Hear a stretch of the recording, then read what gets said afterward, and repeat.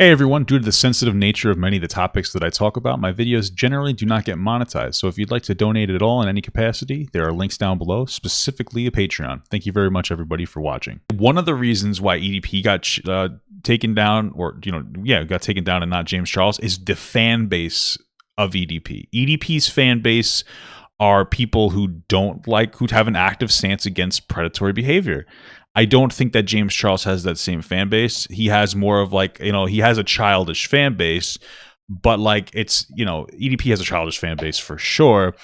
But those are also people typically within an older age range, a lot of stupid, edgy men that are yes, I don't like predatory behavior, so we're going to go after that. Whereas James Charles, because the people who went after him were fans of him.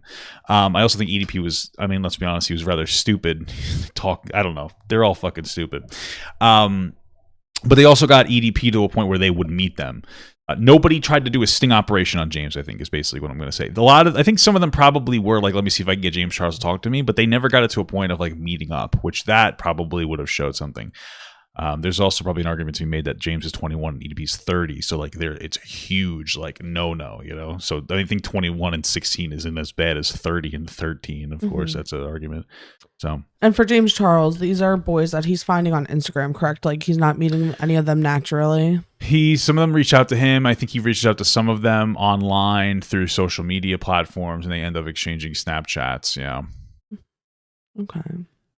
There's also, I think, an argument to be made, though, is that EDP is an older man interacting with younger women, whereas James Charles is we're going to say he's not older than EDP, but he's a man interacting with other men. Or boys, but I think that there is a subconscious bias here where it's absolutely seen as predatory for a man and a woman to interact with that age range. However, when it comes to two boys, people don't see that. Women are generally stereotyped as damsels in distress. Young boys aren't. Same thing with if a girl predatorizes another young girl, we don't see the same dynamic because the most from a subconscious perspective, we would see a man interacting with a woman as the most predatory out of any of those exchanges. And I think that's a big reason why as well that EDP is getting hit as harder than James Charles. I don't think that it's being taken seriously by, I guess, the public, because I feel like James Charles's fans aren't really, I don't know. I don't think that I would value them much personally. I don't think, What do you mean by you wouldn't value them personally? They're sitting there watching some stupid kid doing his makeup. I get what you're saying. Well, usually younger kids. I think it's young people without experience. He has very passive content. He has the content that I don't know what EDP's content is, but regardless, James' content is what you put on while you're cleaning your bedroom. Well, I think I fundamentally agree with you, but I would frame it a little differently. So I would say that James Charles's content is very much in that vacuum of YouTube drama, whereas EDP's content is a display of a real life incel, so to speak.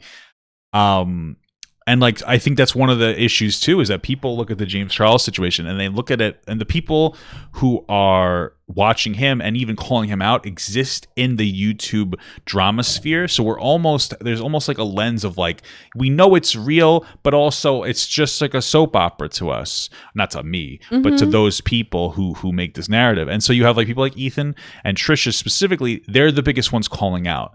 And no offense to Trisha, but nobody takes her seriously enough to be a moral authority. The only reason figure. why the two of them are calling it out is because Trisha has personal beef with him. I don't know if that's necessarily true. I don't think that it was why are they calling out anyone else? No, it's all interest of Trisha wanting to have, she's just like James, hot topic. Yeah, that's her true. talking about James is going to get her the attention, and she has some type of personal connection to it. That's true. That's the only reason why they're covering it. That's true, because you don't see them talking about EDP or any of those situations. Or any who is he? Tony Lopez? Well, he's big enough. Did they talk about him? So Trish, they've talked about them before, yeah, for sure.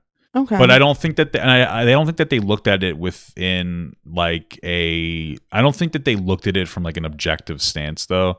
I think that they looked at it from okay, what are the reactions to these allegations, and how can I appeal to those people making those allegations. For which person? All of them. Zoe Laverne, Tony Lopez. I don't think that they sat back as like, so I don't think that they sat back as like adults and said, okay, like let's prescribe the morals of society onto these scenarios.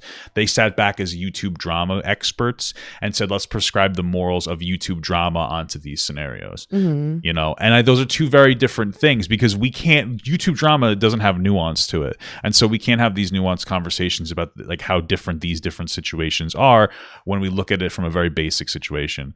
And it kind of does hurt too, those people, or it hurts the narrative or the message against them, because it you know, YouTube drama conversations are very watered down.